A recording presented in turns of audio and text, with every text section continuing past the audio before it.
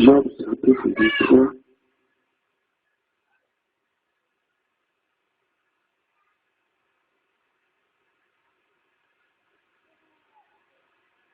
Amen. Amen. Les enfants sont très éveillés. Je vais lire à partir du verset 8 à 9. Mais si je vais à l'Orient, il n'y est pas. Si je vais à l'Occident, je ne le trouve pas. Il est occupé au nord. Je ne puis le voir. Je casse-t-il au midi, je ne puis le découvrir. Amen. Il y a des versets cachés dans la Bible, mais qui sont très bien. On va lire maintenant.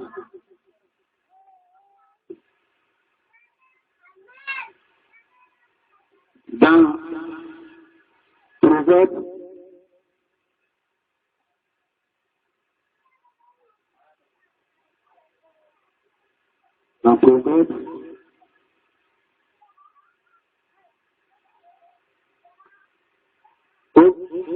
calmez les enfants, pas de bruit.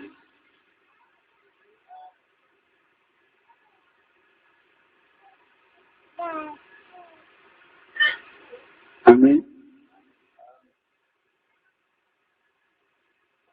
Dans Proverbe chapitre 30,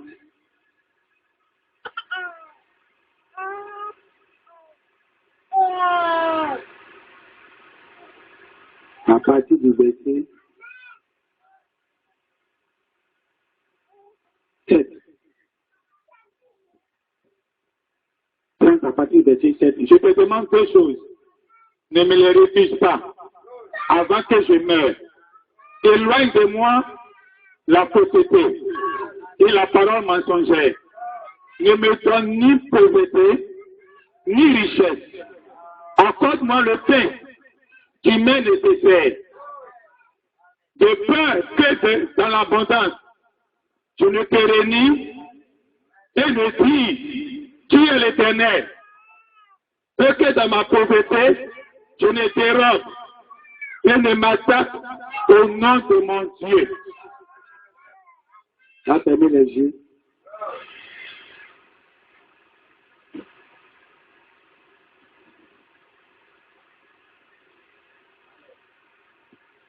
Nous avons besoin de toi. Nous avons besoin de toi. Et alléluia, nous avons besoin de toi. Jésus, oh Seigneur, Jésus, alléluia, nous avons besoin de toi. Jésus, l'église a besoin de toi. Et alléluia, nous avons besoin de toi. Jésus ici, oh Seigneur,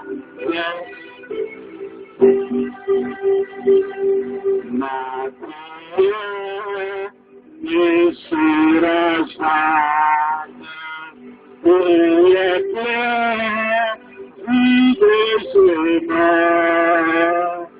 oui Jésus, il est après toi, laisse-moi marcher avec toi. Ma prière ne sera jamais pour les plaies, oui Jésus,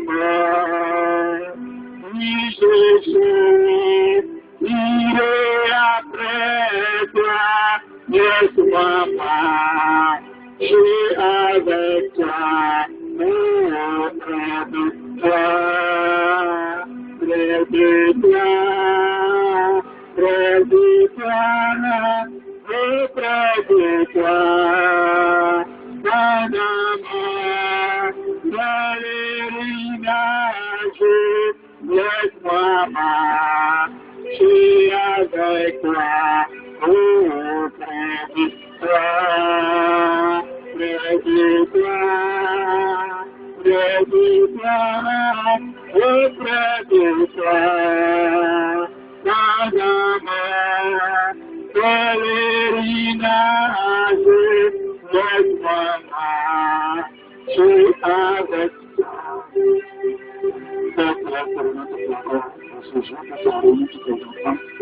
Encore tout ce que ce matin, ça a été une prière de restauration, ça a été le cas de tous ces enfants ici.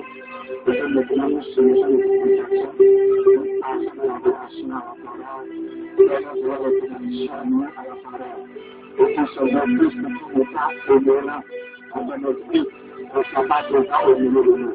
Nous nous attendons à toi maintenant. Nous nous pour le côté de toutes choses. Et que toi nous te dis, tu nous dis, chaque personne maintenant, à parler de ta parole, à recevoir ta parole, au nom de ton Fils Jésus-Christ. Amen. Amen. Amen. Ma prière, pour que Dieu va me rendre riche. Et la richesse, c'est quelque chose. À cause de la richesse, il va manquer ce qui est plus riche que ça. Amen. Quand on est riche, on est orgueilleux.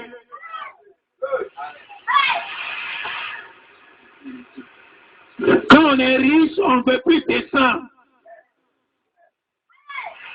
C'est pour ça que le Seigneur Jésus dit, il est plus compliqué à un riche d'entrer dans le trou d'une aiguille qu'à un chameau de rentrer dans ce même aiguille-là.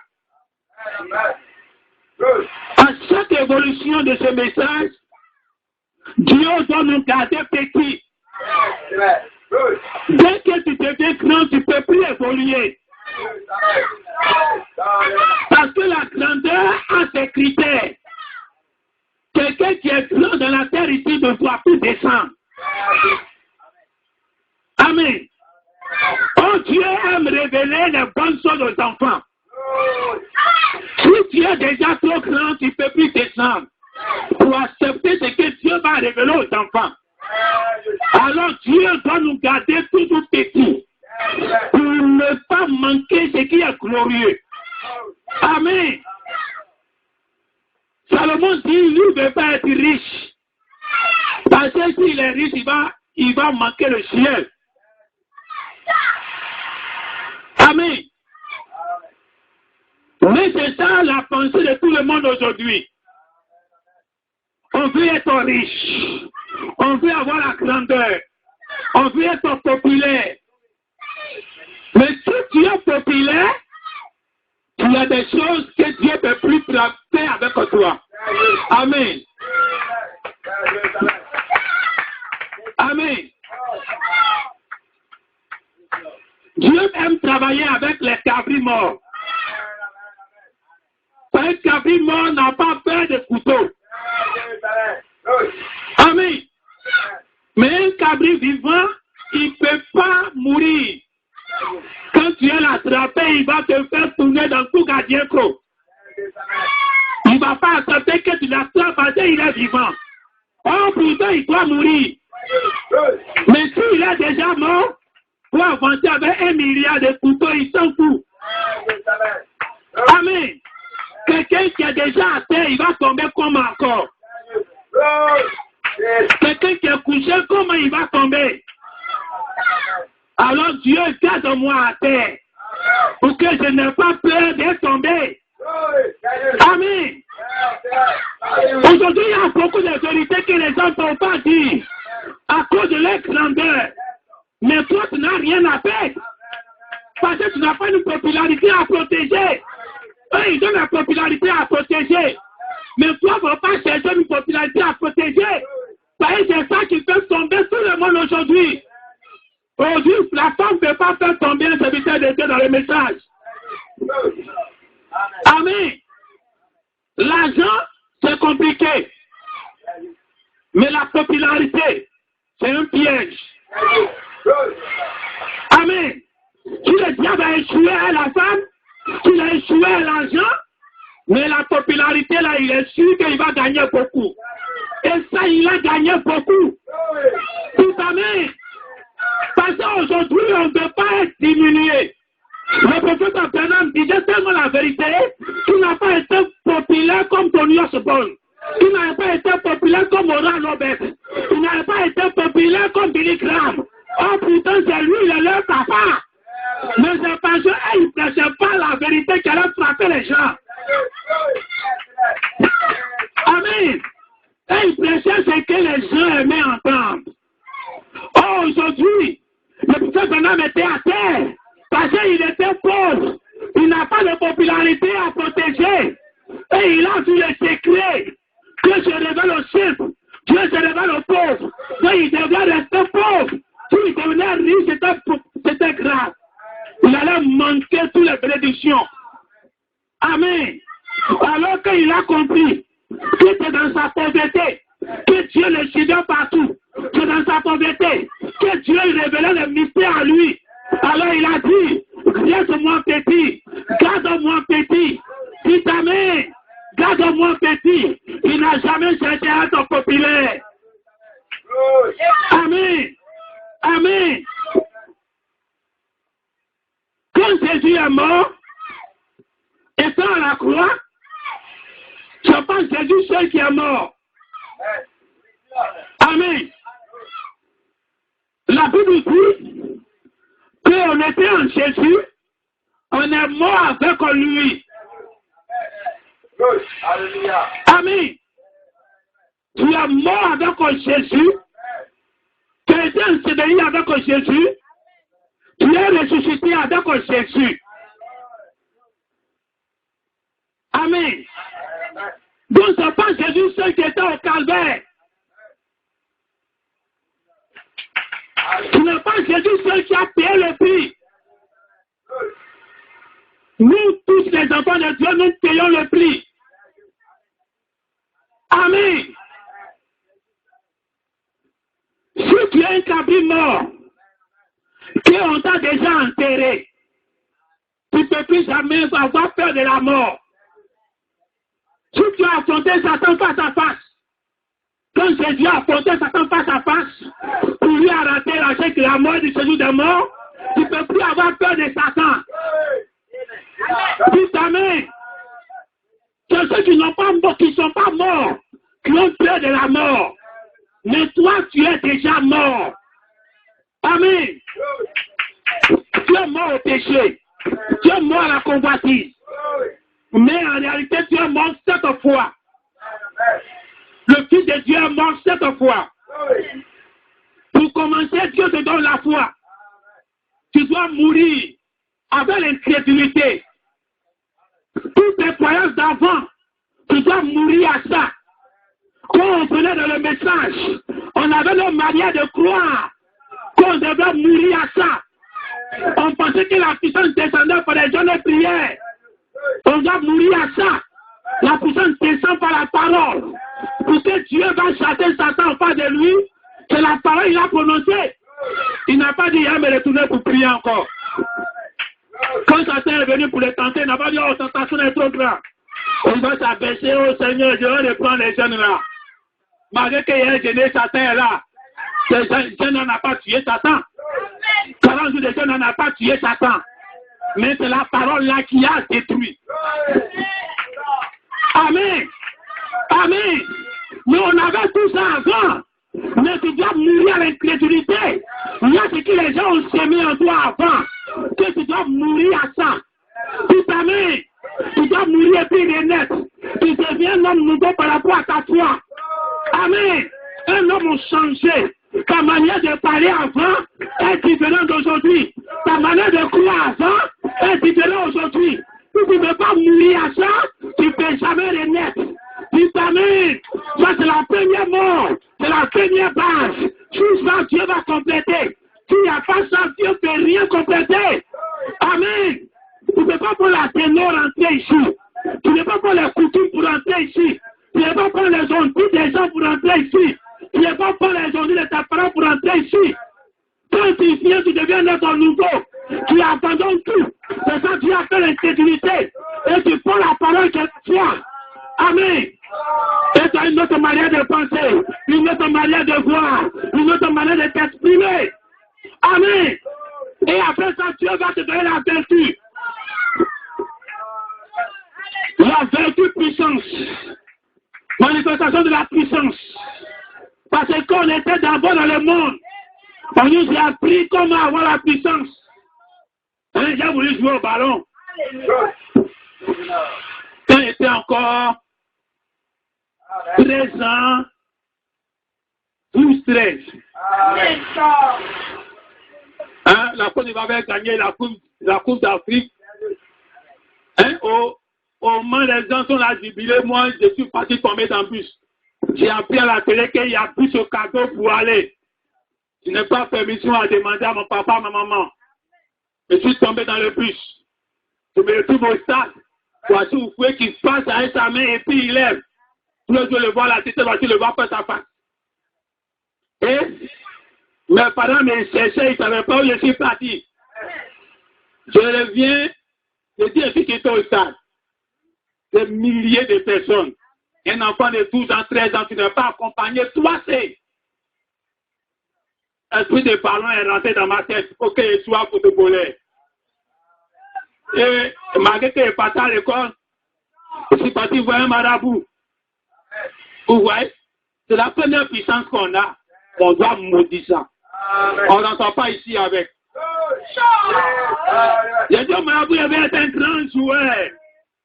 Les gens étant tous en 13 ans, ils étaient déjà où on passe devenir fort. Il y avait un grand joueur, tout le monde quelque chose. Il dit ok, il m'a préparé une bague magique. Il dit qu'on met à ton doigt. Tant qu'il est à ton doigt, tu deviens fort. Mais n'oublie pas, il faut toujours t'entraîner. Il faut t'entraîner tant, il faut t'entraîner tant.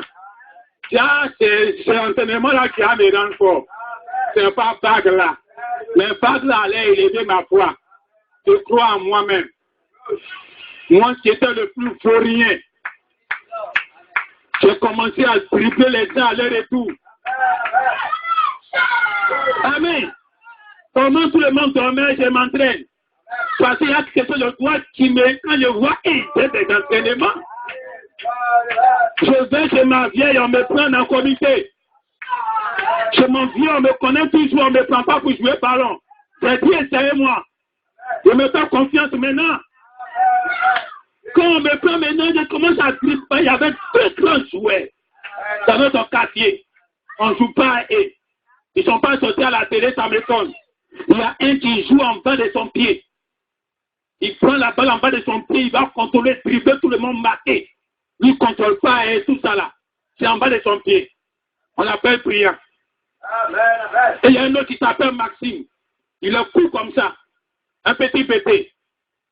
Quand il prend un ballon, tu ne peux pas arracher ça dans son pied. C'est dans notre quartier, surtout le petit qu'on appelle Dédé Vénan. C'est lui, Maxime, là.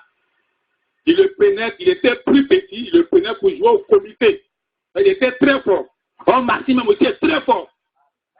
Donc, c'était les deux qu'on connaît. Donc, quand on doit faire, on fait tout pour qu'un de l'autre côté, un de l'autre côté. Là, au moins, c'est équilibré. Mais un jour, il y avait Maxime un côté, ou bien Brillant, il me souvient plus, un des deux un côté. Ou moi un côté, on dit poteau, il n'y a pas, il n'y a personne, vous êtes face à face.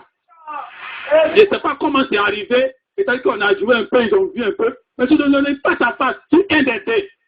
Mais c'est un match. Tout ça paraît était là. J'ai élevé ma foi. Mais ce n'est pas ça que Dieu nous demande. Quand on vit, on a des coutumes paillettes, on a des canaris en bas des lits, on a des dieux au village, on a là où on tirait notre foi. Mais Dieu dit maintenant tu vas tirer ta foi, ta puissance dans la parole de Dieu. Ta parole, c'est ta Bible. Quand tu lis le verset biblique, tu dis que nul ne tiendra devant toi. Tant que tu suis mes paroles, nul ne tiendra devant toi. Quel que soit sur le terrain que je suis, je vais vivre chaque anniversaire. Toute année. Voilà pourquoi ta Bible est toujours à tes côtés. Tu t'es rappelé. Voilà pourquoi les signes de ta couleur doivent être à côté. Tu t'es rappelé qu'il y a un Dieu qui t'a promis la promesse. Quand tu es abattu, quand tu es tombé, quand tu jettes un coup d'œil, tu la connais. colonne de feu. Mais tu dis, mais cette colonne de feu, c'est le mystique des mystiques. Tous les mystiques m'ont eu peur de ça. Tout le monde, il peut tomber devant un marabout, devant un petit cher. Puis quand j'ai peur d'aller au village, cette colonne de feu est à moi. Il se déplace avec moi. Tant qu'il est là, sa foi grandit. Tout ami, c'est une puissance. Il n'y a pas maladie qui tient devant toi. Tout ami, il n'y a pas un démon qui tient devant toi. Tu dois faire toi chaque échec, chaque pauvreté, son bac, son marabout, son canari en bas. Puis toute ta puissance sur vous, de Dieu. Tout ami. Amen. Et après ça vient la connaissance. On a des connaissances philosophiques. Les élèves qui vont à l'école, on leur dit Dieu n'existe pas. On dit Dieu, je ne sais pas comment ils définissent ça là-bas. On dit l'homme est quitté des singes. On était des animaux, on est devenus singes. Comment les gens peuvent croire ça? J'ai regardé une histoire. L'histoire a dit, la fille est partie demander à son papa, quelle est notre origine? Le papa dit notre origine était des singes, et après, on est devenu l'homme. J'ai dit, ok, son papa est parrain. Après, sa maman est chrétienne. Quand demandé à sa maman, maman, quelle est notre origine? La maman répond que notre origine est d'Adam. C'était des hommes, comme ils ont péché.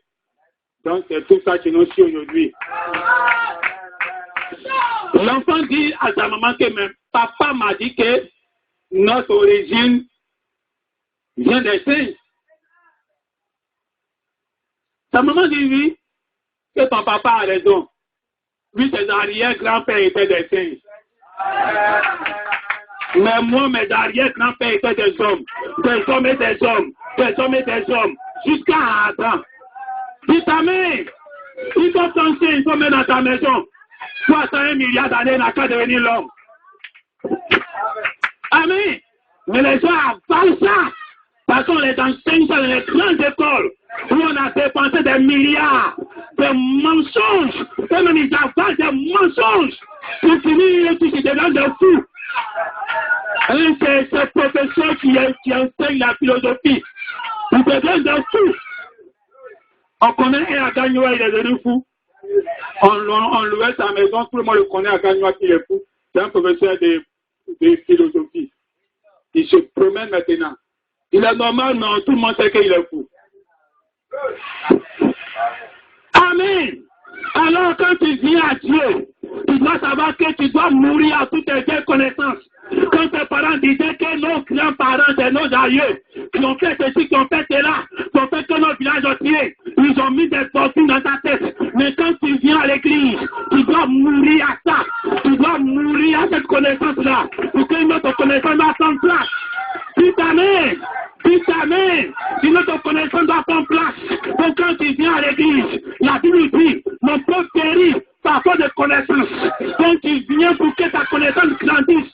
Nous sommes au temps de la fin. Si Dieu a envoyé la connaissance, tu ne peux pas me dire la connaissance. Tu ne peux pas dire qu'il n'en a pas besoin. Si Dieu t'a donné, c'est parce que tu en as besoin. Prends la connaissance. Prends la connaissance. C'est pour toi aujourd'hui. Tu vas connaître Dieu. En longueur, en largeur, en hauteur, en profondeur. Tu vas connaître Dieu en détail. Dieu ne sera pas un mystère devant toi. Putain, toute la connaissance de Dieu, descend en temps de la fin, dans un peuple spécial, avec un message spécial. Maintenant, on ne dit plus prophète, avec des chrétiens spéciaux. Amen. Là, l'apôtre Coleman, dans les années où il prêchait encore, il n'était pas encore malade, il prêchait encore. Il a dit, que tout ministère arrive, que tout ministère, ce sont les 5 ministères, apôtres, prophètes, pasteurs, amen, docteurs, évangélistes. Afrique, ce qu'on appelle quintuple. Il vient qu'un ministère arrive. Quand il vient arriver, attendez-vous à attendre ce que vous n'avez jamais entendu. Amen. Ils vont vous passer des choses que vous n'avez jamais entendues. Dites Amen. Un quintuple militaire arrive. Qu'est-ce que ce militaire quand ils vont arriver? Attendez-vous. Ils vont vous passer des choses que vous n'avez jamais entendues. Dites Amen. Et c'est là maintenant, moi je nomme ça. Moi je nomme ça. L'inspiration éphésienne. L'inspiration quintuple militaire. Quand ça descend. Tu dis, mais je ne vois pas ça dans les dits de Branham. Je ne vois pas ça dans les dits de Coleman. Mais pourtant, ça tient sur la ligne. Ça descend tout. Mais ça descend de Dieu. Car c'est le point final. L'arrivée finale pour l'enlèvement. Tout année, c'est la connaissance. Dieu descend tout. En ce temps de la fin, s'il n'a pas descendu au temps des péchés, il n'aura pas un autre temps où il va descendre. C'est quand tu viens à l'église, il faut t'attendre à Dieu, faut que les gens pour recevoir, ça va me pousser un vide. L'un dit quelque part qu'elle doit pousser. C'est pour ça qu'elle vient à l'église, pour comprendre quelque chose qui a m'aidé dans la vie de tous les jours, que jamais je n'ai compris. Dites Amen. Amen. Maintenant, comment Dieu fait les choses? La foi, la vertu, la connaissance.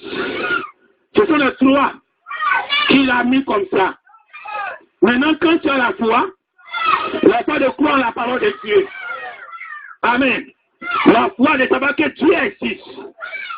La foi de savoir que tous les promesses qui sont dans la Bible sont pour toi. En ce moment, maintenant, vient la puissance. La puissance dans ta vie. Où Satan ne peut rien te faire. Quand tu as les faits, maintenant, Dieu t'envoie la connaissance. La connaissance de quoi? La connaissance de cette vertu. Il vient tout te détailler maintenant. Il vient te montrer comment tu peux mourir pour ton frère. Cela maintenant vient la tempérance. Cela maintenant vient la patience. Cela maintenant vient la piété. Parce que là, c'est maintenant le caractère de la mort. Dis Amen. Le caractère de mourir pour ton frère. Dis Amen. La connaissance, tu ne meurs pas pour ton frère. Tu meurs en toi-même. Pour la connaissance de Dieu. La puissance, la vertu que la puissance, tu n'es pas pour ton frère. C'est par rapport à ce que tu as reçu. Quand tu as dit avant ou comment avoir la puissance. Que tu ça. Et tu mets à ça. Et tu prends comment Dieu donne sa puissance. Et maintenant la foi. La foi de selon ce qu'on entend. Toute la parole de Dieu. Comment ça vient. C'est différent. Tu n'as pas besoin que ça soit avec ton frère. Mais après ça, les autres vertus sont liées maintenant à ton frère. Tu mets 3 fois en toi-même. La foi, tu mets 3 choses. La vertu puissante, tu mets 3 choses. Et la connaissance, tu mets 3 choses. Après, maintenant, vient la tempérance. La tempérance, quelqu'un te fait du mal. Tu es mort en toi-même. Où tout le monde doit réagir. Tu es mort en toi-même. Où tout le monde va à l'excès. Tu es mort en toi-même. Tu vois ton frère qui doit te mettre en colère trop. Tu es toujours tempéré. Là maintenant, ça traite à les hommes. Tu es tempéré de la manière que tu agis tous les jours. Tu es toujours modéré. Tu es toujours dans ton coin. Tu n'es pas à l'excès. Car tout excès nuit. Donc tu es tempéré partout. Ça c'est la mort face aux situations présentes face à face. Une situation qui n'est pas ton frère.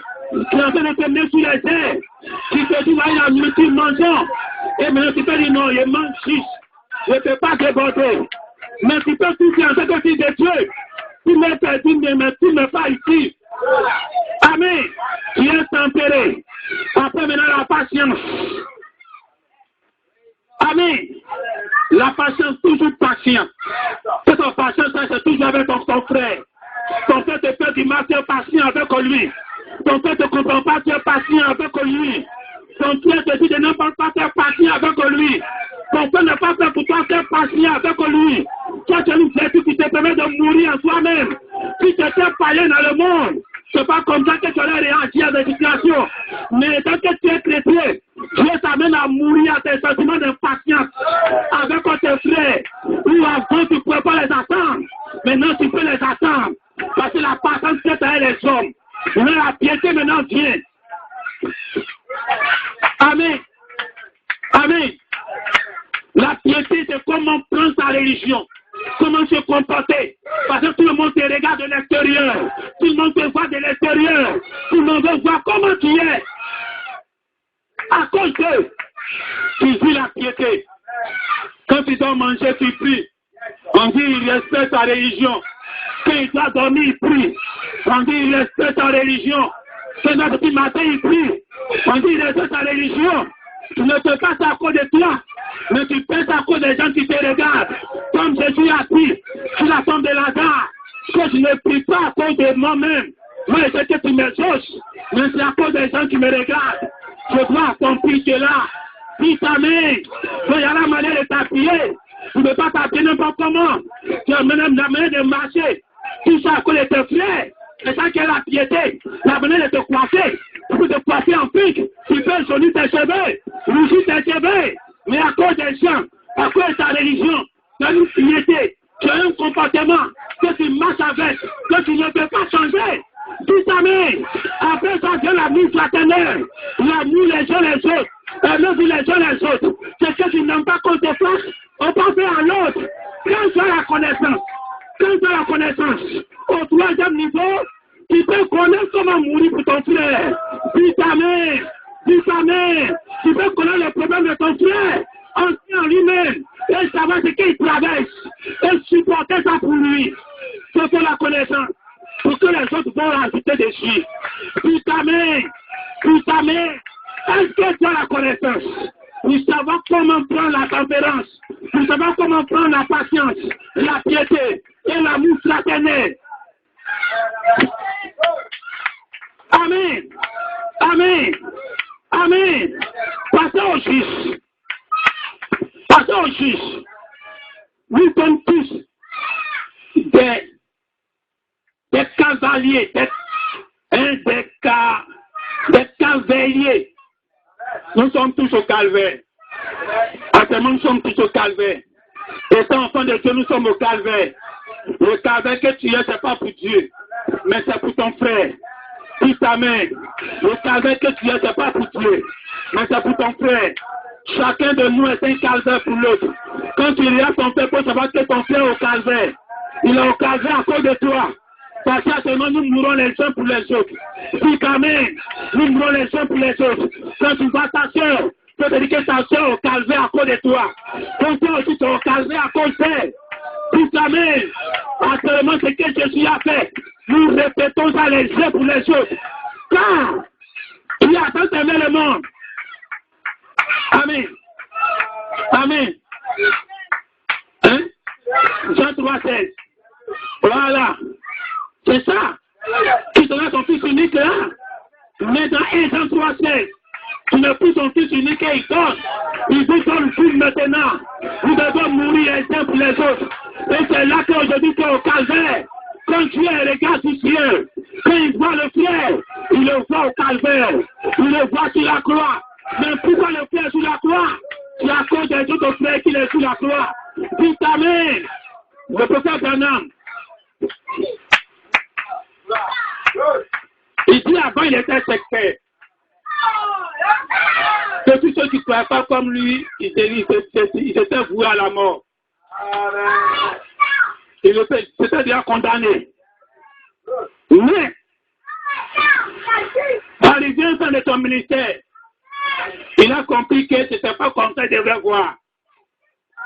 Quand ces serviteurs de Dieu sont en train de faire tout de leur possible pour amener ces pauvres âmes-là au ciel. Tout de leur mieux pour envoyer ces pauvres âmes-là au ciel. Donc, il doit savoir qu'eux aussi peuvent être sauvés. Amen. Et les aimer aussi. Tu dois les aimer aussi. Comme tu peux aimer tes gens qui sont ici. Parce que quand tu vas le regarder, tu vas savoir qu'il est au calvaire. Quand tu vas voir un pasteur qui n'est pas là pour son salaire, Mais il est venu dans sa tête de sauver le peuple de Dieu. Même s'il n'arrive pas à croire le message, même s'il n'arrive pas à croire l'inspiration, même s'il n'arrive pas à voir comme toi tu vois, on peut le voir comme quelqu'un qui est pour les autres. Il est en train de donner sa vie pour les autres. Sinon, si c'était lui, ce n'aurait pas pu comme ça. Mais aujourd'hui, les gens doivent venir dire Bagadienko. Le révérend, il va venir dire Bagadienko. Mais c'est ici, il doit venir dire. Mais il sait qu'il est ici. Il peut mieux faire le travail de Dieu. Parce que là, il est à côté du temple. Il peut se rendre beaucoup disponible. Et il peut mieux être tranquille dans la tête. Même si ici, les conditions sociales, les conditions sociologiques ne sont pas comme en ville, mais au moins ici, il est assez tranquille de faire l'œuvre de Dieu. En ce moment, il est un cavalier. Il est déjà dans 15 heures comme ça.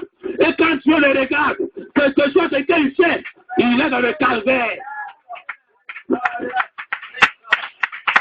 Amen. Amen. Amen. Aimez-vous les uns les autres. Quand tu vois ton frère, il est en train de mourir à la croix. Tout ça à cause de toi. Ta soeur, elle a mouru à la croix. Tout ça à cause de toi. Elle ne fait plus pour elle-même. Elle fait pour toi. Il ne fait plus pour lui-même. Il fait ça pour toi. Alors quand tu le regardes, tu ne plus à Jésus, il faut regarder. Il faut regarder ton frère qu'elle a mouru pour toi. Tu ne peux pas aimer ton frère que tu vois. Tu n'es pas Jésus que tu n'as pas connu. Amen. Amen. Ta vie mort n'a pas peur de couteau. Nous sommes entrés déjà dans la mort. Nous sommes sortis. On est mort cette fois. On n'a plus peur de perdre notre réputation. On n'a plus peur de perdre notre dignité. Avec Dieu, on n'a plus de dignité. Un cadavre n'a pas de dignité. Quand tu es mort cette fois, tu ne vis plus. Nous sommes des morts vivants. Amen. Nous sommes morts à nos sentiments. Nous sommes morts à nos envies. Nous sommes morts à notre destinée. Nous sommes morts à notre ambition. Qu'on a ambitionné depuis longtemps. On est mort pour ça. On nous a promenés. Nous sommes des morts. Comme Jésus était mort pour tout le monde. Donc aujourd'hui, tu meurs pour ton frère. Et la même chose que Jésus a fait, tu répètes ça dans ta vie. Dis amen. Dis amen. Reste toujours petit. Ne cherche jamais à grandir. C'est là va venir l'obstacle. C'est là que beaucoup sont tombés. Ils sont devenus trop grands. Ils ne peuvent plus descendre. La loi de la terre contre ça. La loi de la terre empêche. Comme il y a la présenteur. La loi de la nature empêche que quand il lance quelque chose en haut, ça reste en haut. C'est la loi de la nature. Tu ne peux pas changer ça. Amen. Il y a des gens qui ont posé la question, Nicolas,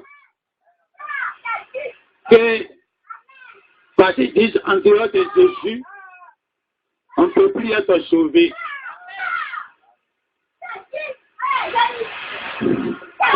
Que quand le prophète Madame disait qu'on serait étonné de voir des femmes musulmanes aussi au ciel, ils disent que le prophète Branham, là, il s'est trompé.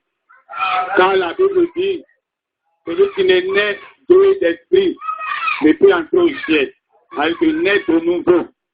Ça, c'est le commandement du Seigneur. Donc, ils disent que là, il s'est trompé. Car ces femmes musulmanes n'ont jamais mis pied à l'église, n'ont jamais accepté Jésus, et comme ça, elles vont être au ciel. Et on a essayé de leur expliquer que Dieu travaille de plusieurs façons pour sauver ses enfants. Selon ce que tu es, il sait comment il va te sauver ici. Chacun vient manifester ce qu'il était de l'autre côté. Dieu a placé sa première Bible dans les zodiaques. Et c'est là-bas que tu devais observer pour connaître Dieu, pour être sauvé. Car c'était la première Bible. Aujourd'hui, on regarde la Bible pour voir les commandements de Dieu. Pour qu'on sache comment marcher avec Dieu pour être sauvé. Avant, c'était les zodiacs. Voilà quand les rois mages ont été sauvés. Ils ont regardé les zodiacs. Ils ont compris quelque chose. Amen. Et après ça, c'est venu la nature. Et la Bible nous dit que celui qui va dans la forêt qui voit une maman animale chez ses petits, hein? Chez ses petits, si tu es tous, il est perdu. Ça, c'est pas la nature. Ça, c'est une loi de Dieu. Que nos parents avaient ça ici avant. Avant même que Jésus va venir. Il dit celui qui tue, je ne me trompe pas, les petits, et puis il laisse la mère, il aura longue vie. Donc ça, c'est sa loi. Donc quand les chasseurs vont à la chasse, ils savent qu'il y a des lois. Un animal enceinte, si tu dois tuer, tu ne peux pas tuer, il y a des lois. Les enfants avec leur maman dans la forêt, il y a des lois que tu dois respecter. Donc la nature renferme des ordonnances. Que la Bible même a répété cela dans la même Bible. Alors nos parents qui suivaient ça, qui suivaient la nature, Dieu prenait ça aussi pour les sauver.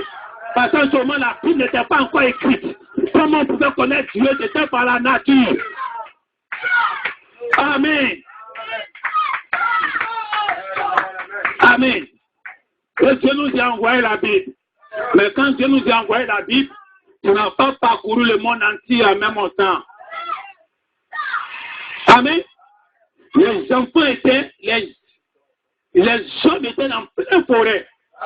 Ils observaient toute la nature pour être bien devant Dieu.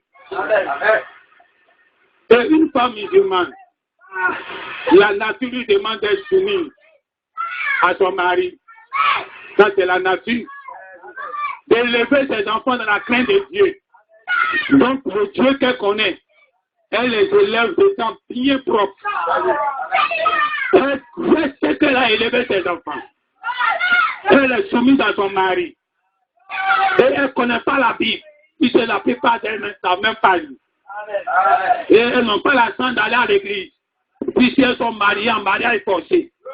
Donc, elles sont conditionnées. Elles sont renfermées entre elles jusqu'à le jour de leur mort. Donc une maman comme ça, qu'elle a suivi toutes les règles que Dieu veut, sans qu'elle ne le sache. Elle suivait ça sans qu'elle ne le sache.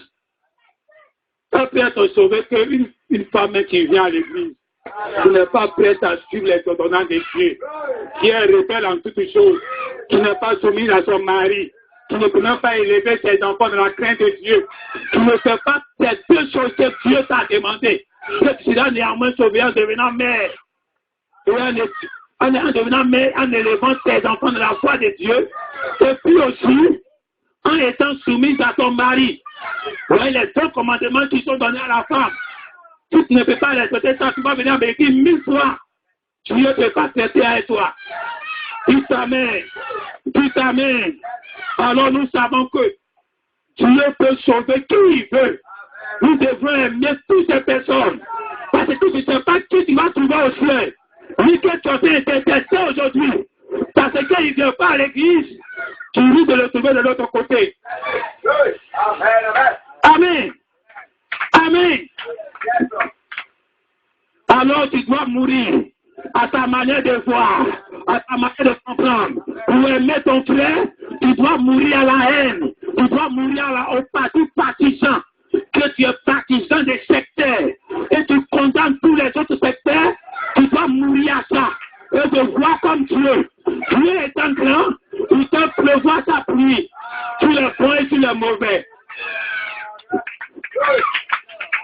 Amen.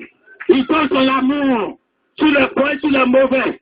Et tu dois faire pareillement comme Dieu le fait aussi. Tu dois aimer tout le monde. Tu dois aimer même tes ennemis. Tu dois aimer ceux qui te persécutent. Tu dois prier même pour eux. Pour qu'ils vont réussir dans la vie. Pour qu'ils vont voir la voie de Dieu. Pour qu'ils vont persister dans le faux. Pour que Dieu trouve un moyen pour les sauver. Qui s'y a 5 minutes de leur mort. Ou bien si c'est de les rattraper, puis ça est le message. Que Dieu le fasse. Mais qu'il ne reste pas comme ça éternellement. Quand la mort viendra, comme un voleur dans la nuit. Pour chacun d'eux. Parce que nous, les enfants de Dieu, nous ne serons pas surpris. Si ta main, nous ne serons pas surpris. Le jour que tu dois partir, Dieu Dieu ne sera pas obligé de te cacher. Amen. Amen. Dieu peut te dire comment tu vas partir, de quelle manière tu vas partir. Il peut te dire ça, parce que tu es son ami maintenant. Amen. Le pasteur Branham,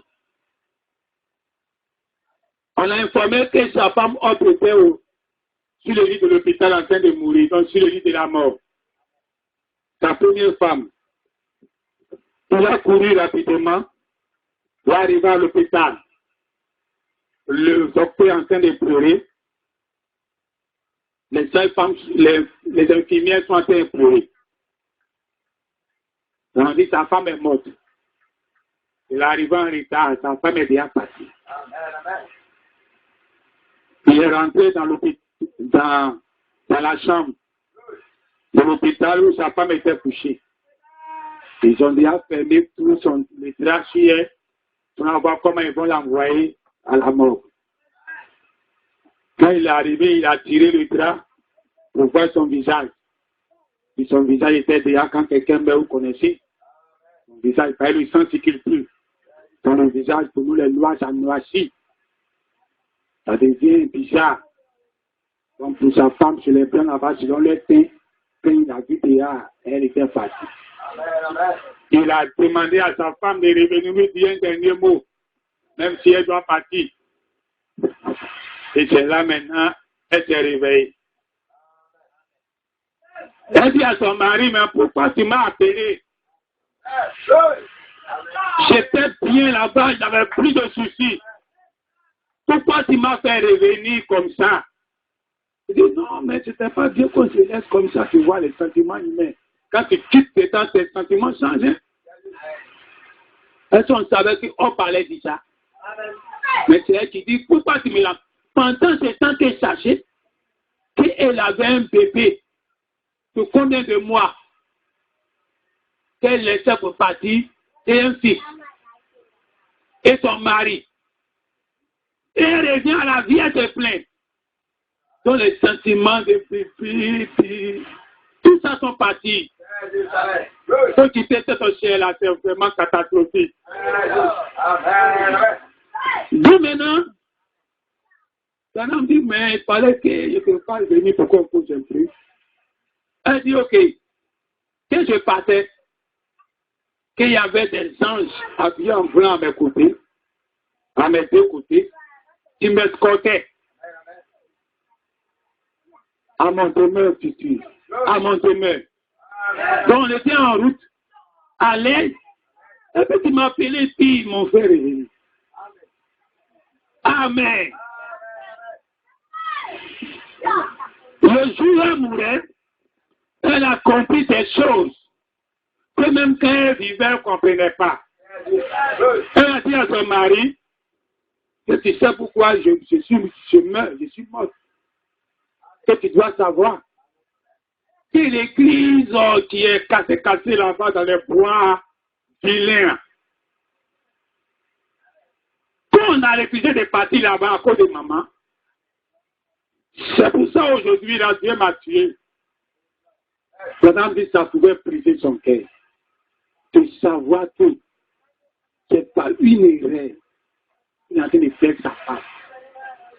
S'il pouvait rattraper ça, il ne peut plus rattraper. Mais qu'est-ce qui a fait la chute de sa femme en ce moment-là? L'homme était petit. Il était dans une famille pauvre. Il est parti marier une fille riche. Dans une famille riche. Elle ne peut plus descendre. Dieu lui montre le Saint-Esprit quelque part. Il dit que sa femme allait là-bas. La grandeur de sa femme, de sa belle-mère ne peut pas accepter. Il va prendre sa fille qui est riche, aller dans une église de pauvres. Vous voyez ce que la richesse a fait? C'est là maintenant Dieu lui donne une deuxième femme. Pauvre comme lui, pauvre comme lui, illettré comme lui. Là maintenant on peut aller partout. On n'a plus de totem. Maintenant on voulait devenir grand. Il a le mari, il a pas le mari riche. Là, déjà, il veut devenir grand. Mais étant grand, déjà, il loupait le Saint-Esprit. Il loupait la chose juste qu'il fallait pour son ministère. Et Dieu dit que c'est ça l'obstacle. Je dois tuer ça aujourd'hui. Tu vas rester pauvre et te marier à une pauvre. Et tu ne connais pas papier comme toi. Et puis il n'aura plus d'obstacle. Elle ne va pas vouloir les grandes choses. Amen. Quand elle est revenue à elle-même, elle a dit à son mari qu'il allait te confesser quelque chose. Ça, c'est pour nos soeurs. Elle te confesser quelque chose. Que quand une fois été envoyé, pour aller acheter mes bas. Et je sais pas les bas, peut-être c'est les fous, on pose, c'est les blancs. Ils ont fermé tous les pieds. Je ne connais pas, hein. C'est exemple, hein. Et donc on dit les bas, peut-être c'est les chaussettes pour l'or là. Allez, c'était mes bas. Et que tu es parti. Madame dit oui, je me souviens. Et Bernard maintenant raconte l'histoire. Madame dit il était parti. Il dit que sa femme lui a dit va m'acheter les bas. On dirait que je baignais et puis il a dit, elle a dit à son mari, tu peux aller me chercher les bas. Il dit oui, qu'il va te chercher. Donc, elle lui a dit ce qu'il doit acheter. Il y a deux modèles. Il y a en soie et puis il y a quelque chose d'autre. Donc, elle lui a dit en soie. Donc, il partait et puis il répétait comme quand on envoie un enfant. Puis il ne connaît rien dans cette affaire des femmes-là. Ah, il doit acheter soie, bas en soie, bas en soie. Il répétait, il partait. Après, c'était bonjour. Quand il est arrivé à un niveau, il a croisé quelqu'un. C'est là ils sont obligés de causer. Ils ont causé quand ils ont fini, il a oublié tout. Il dit, ok, néanmoins, il n'a pas fait de mythe, il a allé chercher. Arrivé au magasin, je vais savoir. Donc, il y a une soeur de l'église qui avait le magasin, c'est là-bas il partait. Arrivé là-bas, il dit à la soeur, oh, tu connais, hop, elle veut les bas, tant. Elle dit, ah, vous voulez ça? Il dit, que elle dit de venir acheter. Et hop, elle porte ça là. Il dit, oui, c'est ça, elle m'a dit. Et là, je vais te poser les questions. Ben, les femmes, elles se connaissent entre elles. Mais il ne s'est pas posé les questions. Il a insisté sur ce qu'il a cru après. Au moins, ils sont là emballés. La femme a dit, ah, ça là, c'est pas suivant. Hop, que je connais là. C'est l'autre là, elle prend. Il dit, non, c'est pas ça là. C'est M. Boudin là. Ils ont bien emballé, ils ont mis dans le sachet. Il a allé les parties donner. Elle arrive. Elle ne s'est pas plainte que c'est pas ça qu'il dit d'acheter. Donc, c'est le jour, elle mourait et puis elle est revenue à la vie. Elle dit, tu te souviens, le pas que tu as acheté là, c'était pas ça. Il n'était jamais dit. C'est ce qu'il a fait avec ça. Comme c'est pour les vieilles femmes, j'ai donné ça à ta maman. C'est la maman qui porte ça. Parce que Bernard dit, il n'a pas compris. Quand il partait en route, elle est partie s'acheter, elle a acheté le tout bas. Il n'a pas compris pourquoi. C'est elle a amené à comprendre. Ah, donc, il s'était trompé alors. Elle s'est dit qu'elle va avoir besoin de débats comme ça. Il n'a pas pensé que c'était le premier était faux. Donc, vous comprenez comment une femme, comment peut supporter les faux de son mari, sans parole, même quand c'est ton argent qui est parti. Si pendant le faisait pas revenir, n'allait jamais fait savoir que tu t'es trompé sur mon achat, sur mon foi. Amen. Et ça, il faut amener à mourir à toi-même. Tu dois mourir à ce que tu es. Et de savoir que tu dois fermer ta bouche. Dis ta main. Et ton âme dit que c'était la chose juste. Elle n'a pas parlé, c'était la chose juste. Elle est restée comme ça, c'était la chose juste. Dis ta main. On va se tenir debout. La richesse de sa femme a failli le faire tomber. Mais Dieu ne pouvait pas accepter. Alors il a tué ça. Alors qu'est-ce que tu vas t'envoyer? à ne plus vouloir descendre. Dieu veut te maintenir dans la poussière pour que tu ne perdes rien de ce qu'il veut te donner. Ce que tu as aujourd'hui, il faut accepter ça. Parce que les pharisiens, ils étaient trop riches. C'est pour ça qu'ils n'ont pas accepté Jésus. Mais Pierre était pauvre. Il était un cabri mort. Il n'avait rien à perdre à accepter Jésus. Il n'avait rien à perdre à accepter Jésus. Il n'avait pas de popularité à préserver. En acceptant Jésus, on va plus m'accepter dans les synagogues. Il n'avait pas ça. Leur position les a privilégiés à accepter la chose réelle. Aujourd'hui, ta position t'a privilégié à accepter le message du temps de la fin. Aujourd'hui, le maire ne peut pas venir ici. Le député ne peut pas venir ici. Ils ont demandé à être riches pour les accueillir spirituellement. Ceux qui sont populaires, on les aime partout. Ils ne peuvent pas venir ici. Parce qu'ici, c'est la parole. Une église qui tape comme cela, qui vient ici, son nom va gâter. Que tu viennes à l'église où on critique les autres églises là. Donc, il ne faut pas venir ici. Ils ont des privilèges à garder. Mais toi, tu n'as pas de privilèges. Toi, tu n'as pas de popularité. Tu n'as pas quelque chose à garder. Donc, tu peux tout accepter. Tu vas dire merci à Dieu. Quand tu m'as mis dans une position où ce que je reçois aujourd'hui dans mon âme, même le président ne peut pas recevoir ça. Mais lui, il ne peut plus jamais recevoir. Si jamais il doit recevoir, ça doit d'une certaine façon. Mais en tant que ton épouse, qui va grandir, lui ne peut pas obtenir cela. Alors aujourd'hui, tu vas prier. Quand Dieu t'a fait grâce, Dieu doit te garder petit. Ton orgueil ne doit jamais s'élever. Ta popularité ne doit jamais s'élever. Devenir grand ne doit jamais s'élever. Tu dois dire, je dois rester toujours petit.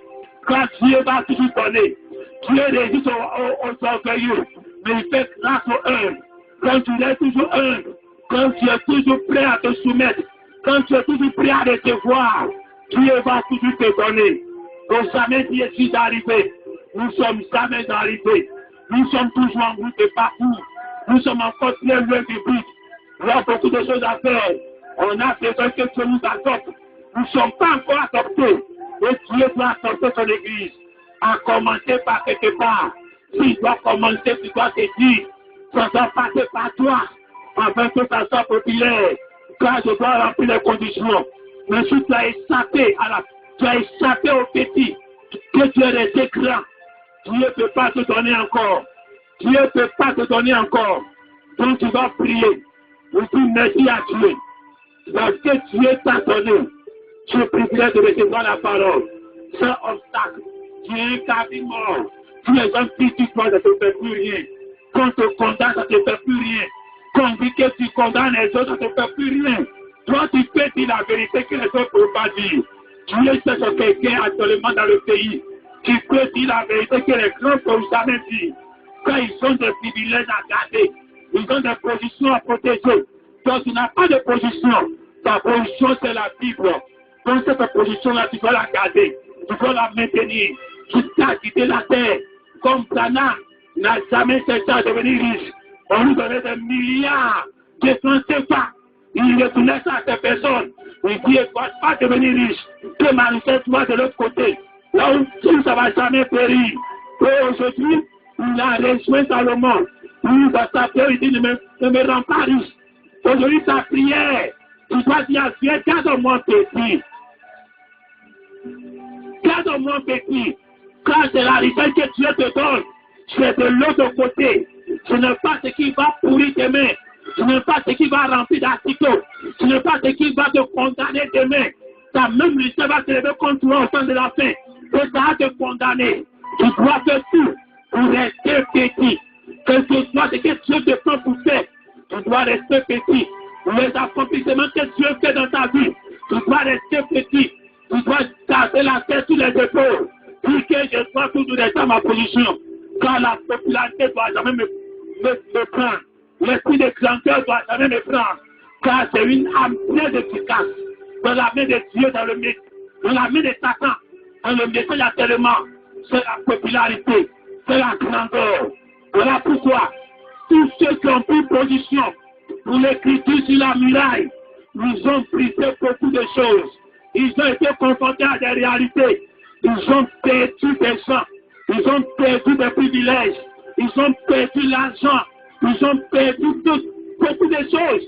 Ils ont été stigmatisés, mais ils ont pris position comme des guerriers, parce qu'ils n'avaient rien à faire. Ils étaient des tapis morts. Ils ont dit à Dieu, dans leur esprit a prié eux-mêmes, dit qu'on doit rester petit, on ne doit pas compter sur l'argent de tes grands, leur privilège, leur avantage, ou enfin notre avantage pour louper la parole de Dieu. Si on doit faire tout ça, pour prendre position pour ta vie, on doit prendre. Et c'est ce qu'ils ont pris. Et aujourd'hui, ce même esprit doit être en vous. De prendre position pour la parole, pas position pour la popularité, pour les grandes églises en plus de 1000 personnes. C'est le moment que tu dois savoir que tu es dans les petites choses. Petit, soyez heureux, car votre Père a trouvé grâce que vous donnez le royaume des cieux. C'est un petit troupeau, ce n'est pas un grand troupeau. Si tu es dans un petit troupeau, Dieu t'a fait grâce pour te donner le royaume des cieux. Alors tu vas dire à Dieu, garde-moi petit. Prions ensemble. Ô Père Céleste, nous te donnons toute la gloire, car tu es Dieu. Nous te donnons toute la gloire. Le Dieu qui mérite notre adoration, notre louange. Père, nous ne sommes rien. Nous n'avons rien à protéger. C'est pour cela que tu peux nous tout donner. Et on va donner sans vouloir perdre nos amis. De toute façon, on n'a pas d'amis. Alors on doit donner tel que ça vient. On doit protéger nos relations.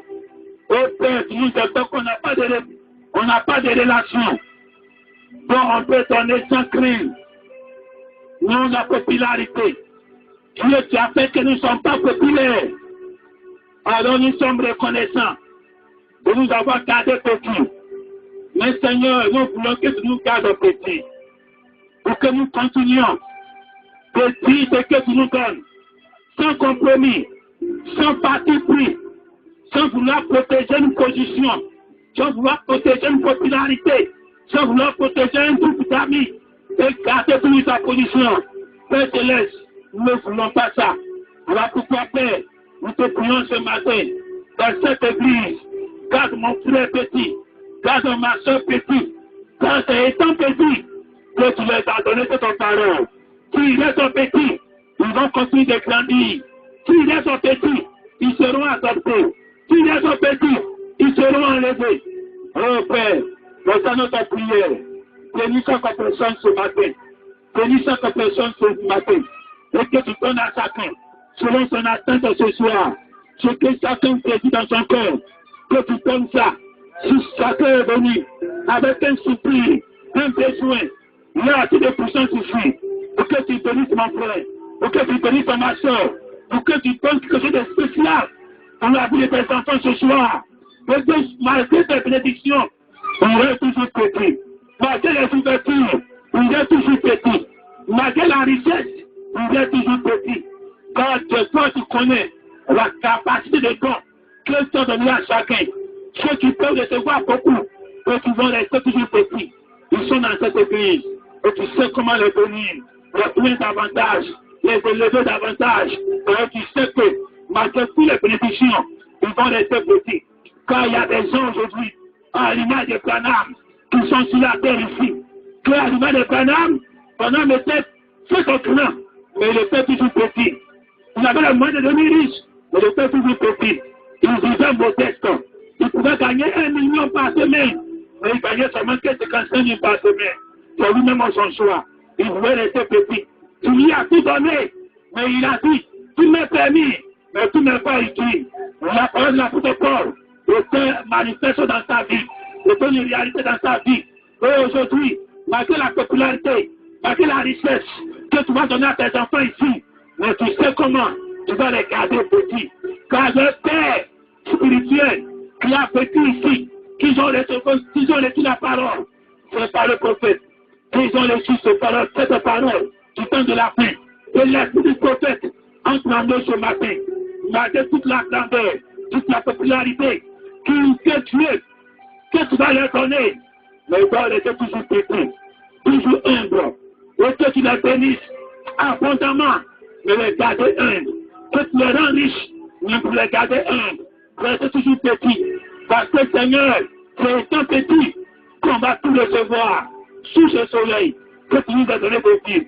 Pour un temps, dans le nom de ton Fils Jésus-Christ. Amen.